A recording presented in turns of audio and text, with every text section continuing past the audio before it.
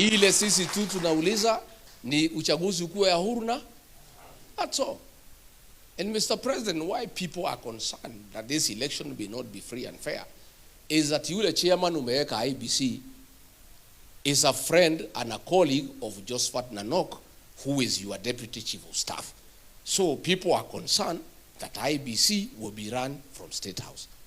That chairman, if he is somebody who loves this country, to clear this doubt so that people can know we can have a credible election, angewachana na hiyo kazi, kuchukuliwe mtu mwingine.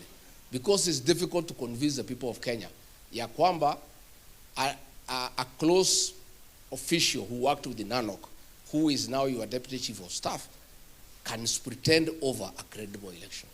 Those are the concerns. Na sisi tutaendelea kuambia watu ukweli. So we want to ask the people of Kenya to remain peaceful. Tunataka watu wajiandikishe kura. Huyu Ruto tutamtoa kupitia njia ya kikatiba ya kupiga kura.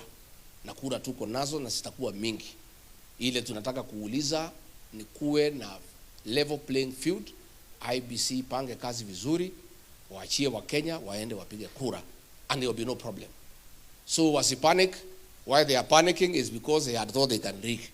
Sasa ndio wanarukaruka kila pahali, oh nini. So please, before you can tell us about violence that can come later, can you deal with the current political violence against Gachagua, his family, his allies, and the people of Mount Kenya?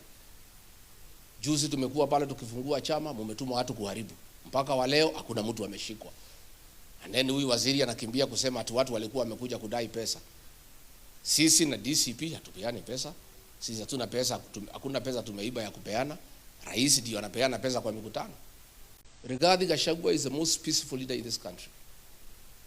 When mulinitoa kwa kiti nilipewa na raia, watu wangu, millions of supporters walitaka toka barabara walete fujo. Nikawaongelesha, nikawaambia msitoe fujo, mkikasirika mtu afanye nini?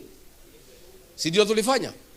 If I was an irresponsible leader, ningewachilia supporters yangu watoke.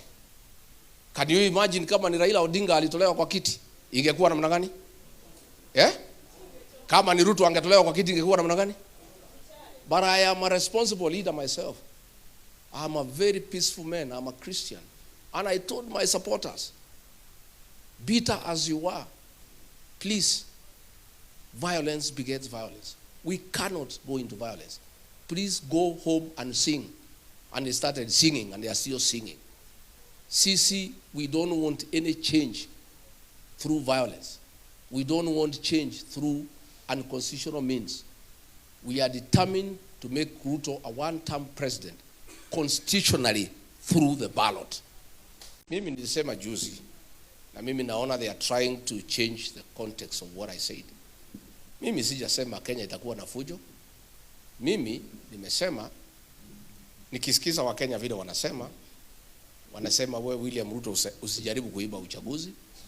Na nimeuliza IBC, please be patriotic, msiweke hii nchi kwa shida.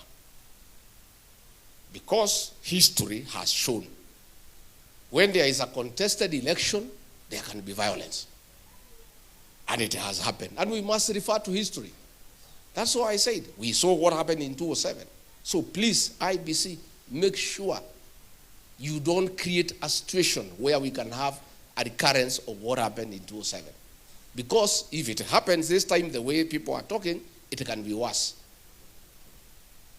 Na mimi, it is my civic duty as a leader to caution the country. Siku tumeleta finance bill 2024, mimi nienda kwa rais nikamwambia, hii finance bill usisukume. Wakenya hawataki, watakataa na wataleta shida. Akasukuma, nikaenda kwa cabinet. Na iko kwa minute. Kwa cabinet yote watu 22 na rais, mimi ndio nilipinga. Na nikasema iweke kwa minute. Nikasema hii kitu italeta fujo Kenya. Hii watoto wanaitwa Gen Z hawatakubali. Na ilifanyika. There was violence, there was unrest, there were chaos.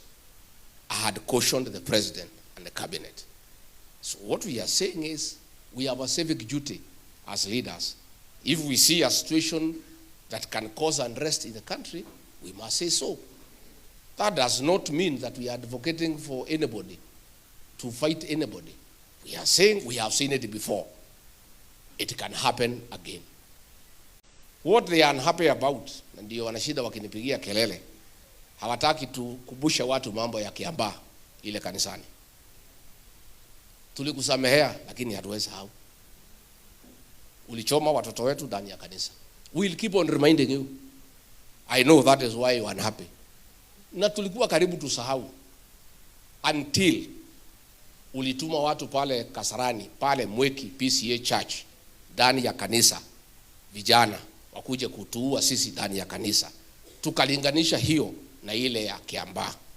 So rais na watu yako, kama unataka tuachane kuzungumza mambo ya Kiambaa, wacha kutuma wahuni makanisani na kwa mazishi kulete fujo.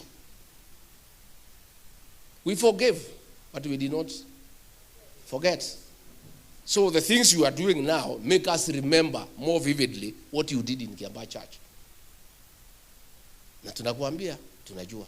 Nimeona huyu Mr. Yesa na huyu waziri wa usalama wakiandika, hakuna, hatutakubali violence in Kenya. How can you say, Mr. Yesa, you cannot accept violence in Kenya? The government, as we speak today, is perpetrating violence.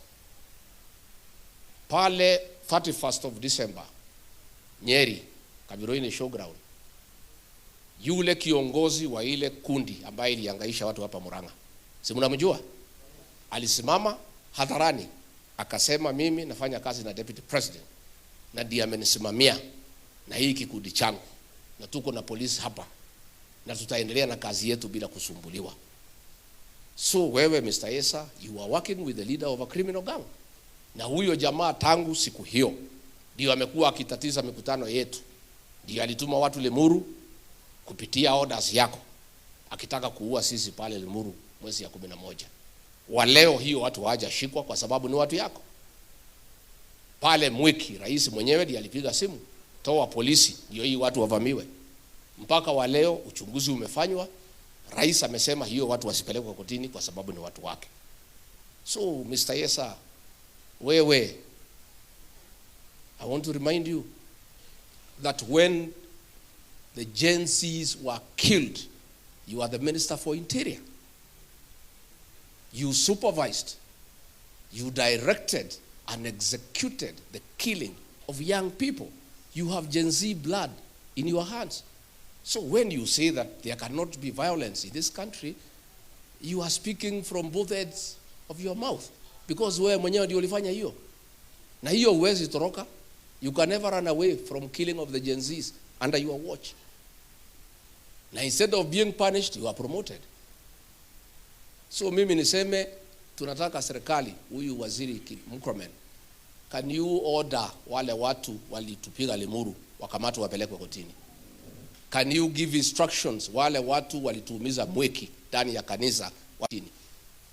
Can you say huyo leader of the criminal gang alivamia Reverend Dorcas pale Kamukoji ground na wahuni wake wakamfukuza na kuketia kiti na kuketi kiti ya mhubiri, hawajashikwa? And then you are here telling us that the government cannot allow political violence. Yet today there is political violence sponsored by government. Na hii watu yote hakuna mtu anashikwa kwa sababu ni watu wenu. So sisi, we are peaceful people.